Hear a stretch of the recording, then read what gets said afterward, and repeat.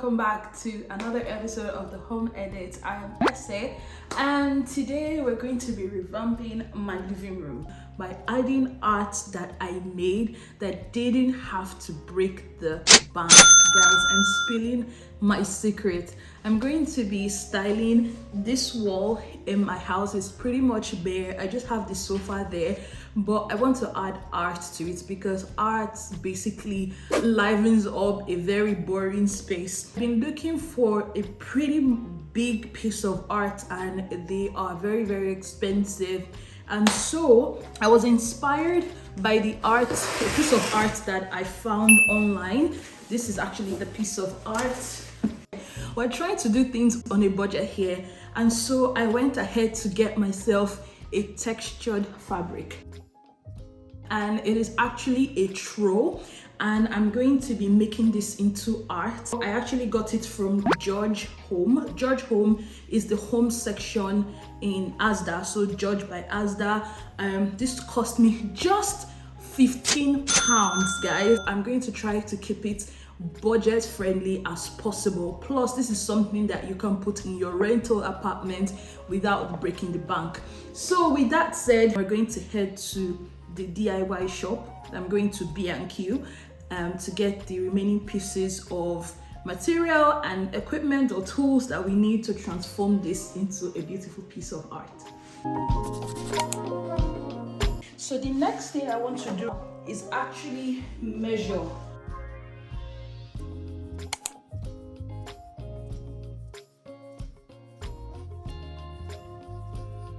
So when you want to get your frame, you need to know what size of frame you're getting. I'm most likely going to get this size in terms of like thickness of frame, or maybe even less, but what I want to measure out is how much do I need to take off this material. So this measures as 4 centimeters. I'm probably going to need double that because what we're going to do is try to tape the fabric to the back like this. So we need a lot of space, like it has enough space to attach to the wood at the back. So I think this is okay. So if I measure, how much do I need to take out from here to here? This is about 10 centimeters. So perfect. So if I have 157, 10 centimeters from both sides, that's 20 centimeters I need to take off. So I need to tell the guy to give me 137. I'm going to buy a frame or a piece of wood and cut it to length, 137. And then for the other part was 127. I'm going to take out 20, so 107. So I'm definitely going to be getting 137 by 107. The next thing I'm going to do, just so that we're sure that our experiment is not going to end in tears, is actually put this against my wall and see what it looks like. Is it going to be too big or is it going to be too small? I mean, if it's too big, we can always take it in some more. So yeah, let's test that out. I think I might need Obi's help for this, but baby, which side do you prefer? This part or this part? You see? It's actually really nice. Like the back is actually with the lines.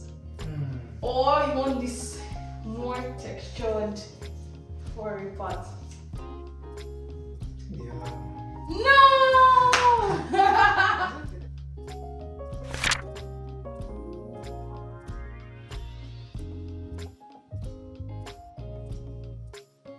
So now let's go to B&Q to get the remaining supplies.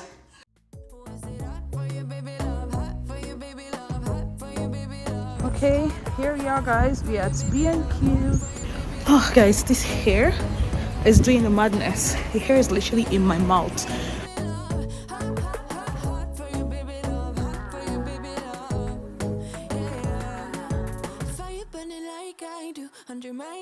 Natural charcoal.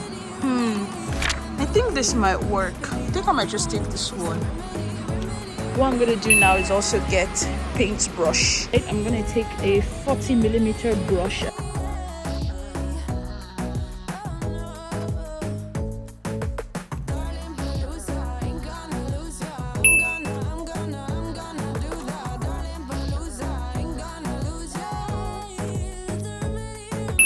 Okay guys, I'm done. I've gotten these smaller ones, these thin ones for the frame, like the outer frame, and this is to hold the create the canvas. So these wider ones, just so I have enough space to attach the material, and I want something thinner compared to this one that's a little bit thick because this is going to bulge out.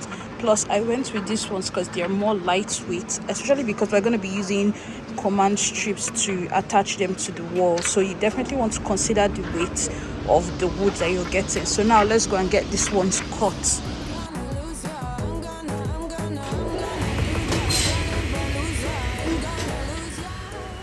So guys, I'm back home. I didn't find everything that I was looking for there, but the remaining supplies that I need, I've ordered for them on Amazon. However, we're gonna do some prep work this night, painting the frame black and so it dries before tomorrow, so that tomorrow when the staple gun and the connectors come, we're just basically clamping the whole thing or assembling the whole thing and then putting it up on the wall.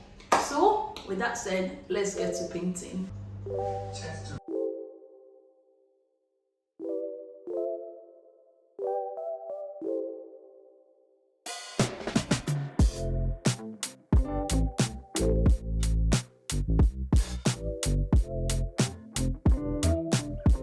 Hi guys, so welcome to day 2. So my delivery from Amazon is already here, very efficient. It came I think 9 a.m. this morning. So yeah, I have my saw, I have my staple gun. You're gonna see everything I'm going to be using for this piece of DIY. So yeah, without talking too much, let's get into it.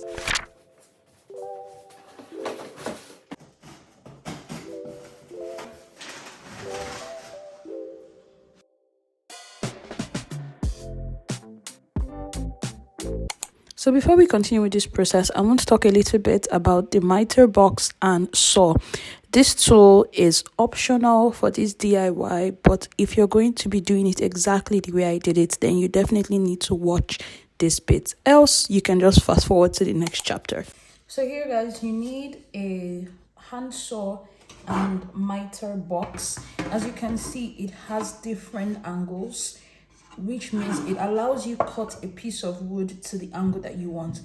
Just before I show you how to use the mitre, so I just want to give you a little bit of context of why we need to cut an angle. So if you can see here in this frame, we have this angle here. So these are essentially like 2 strips of wood and they've been cut at an angle. This lets you get the exact size that you want. So for example, if this is 100 and this is 150, by joining them at an angle, you essentially retain the length and the breadth that you want.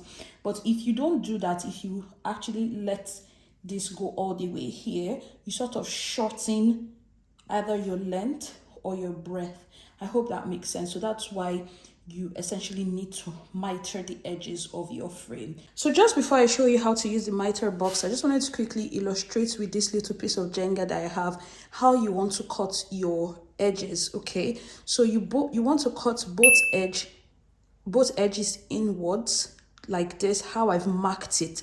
You don't want to do cut them in the same direction, so like cutting this way and this way. That's wrong. So for ease, it might do you a lot of good to actually mark your piece of wood like this, even though the angles are not perfect, just so you know the direction in which you need to cut your wood strips. So when you want to use your mitre box, slide this and let it sit at the edge of a table. The next thing you want to do is align your piece of wood to the angle that you want to cut it. So as we can see, we want to cut in this direction, and I've aligned that line that I drew and the edge of my piece of wood to the edge of this groove. So what you need to do is place this here, ensure this is held on tight. If you have someone else in the house, you can have them hold it a bit, the other end, the extended end out for you, and then you just want to saw this back and forth. Once you're done with that, you can also see here that you have that same angle that sort of aligns with what you're doing here. All you need to do is slide your piece of wood to this other opening place your saw down and then make your cut.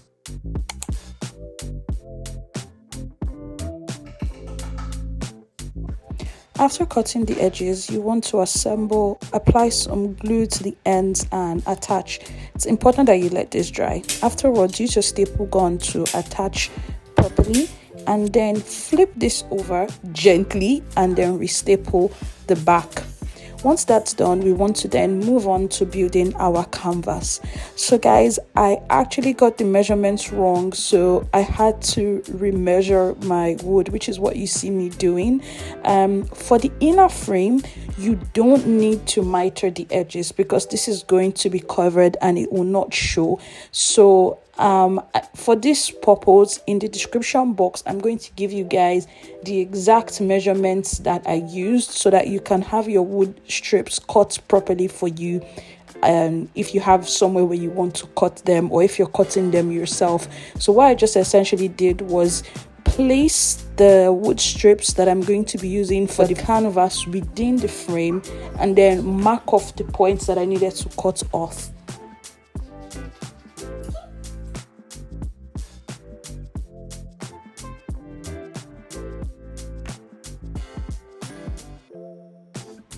For a clean and seamless look, make sure you paint over those staples with your remaining paint. Next, we're going to build our inner frame. To do this, essentially align your piece of wood properly, apply glue to the sides that we're going to be attaching, make sure that dries properly, and then staple both front and back. Place your trowel with the back facing upwards and lay your inner frame on top of it like so. Then stretch the fabric along the wood frame and staple the fabric to it. Make sure you really stretch it very well so that the front appears tight and neat. You don't want a saggy fabric in the front. Okay guys, this is what the frame or the canvas looks like. I love it. Just a little, because I'm very finicky, I wish we had, dragged this up more a bit, but there's nothing we can do. It's all stapled. So yeah, but so far so good. I like the way it's looking. It still looks very nice. So guys, the frame has dried and now we're going to attach the frame to the canvas, and that should be all. Once we attach it, I've actually got like some connectors. So we're not going to be using staple gun, we're going to be using these.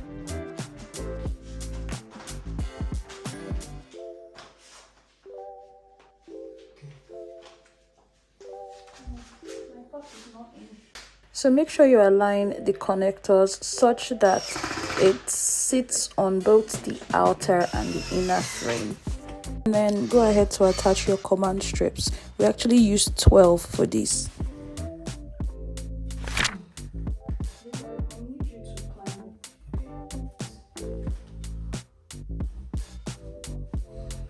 To properly position our frame on the wall, I made use of a laser level, which is this blue device you see here. So what it does is that it projects straight lines onto the wall, which serves as guidelines, and we just basically try to fix our frame within those guidelines. If you do not have a laser level, all you just need to do is mark the right measurements on the wall and use that to guide you when placing the frame. However, that process can be tedious because it's not so easy to draw straight lines. So I'll advise that you purchase a laser level, and the link to this one I used will be in my description box below. So there you have it guys, I have successfully transformed my trowel into a lovely piece of art, and this didn't cost me so much. If I can do it, you can do it too. So I'm very excited for you to try this. Let me know how you get on in the comments below. Thanks for watching.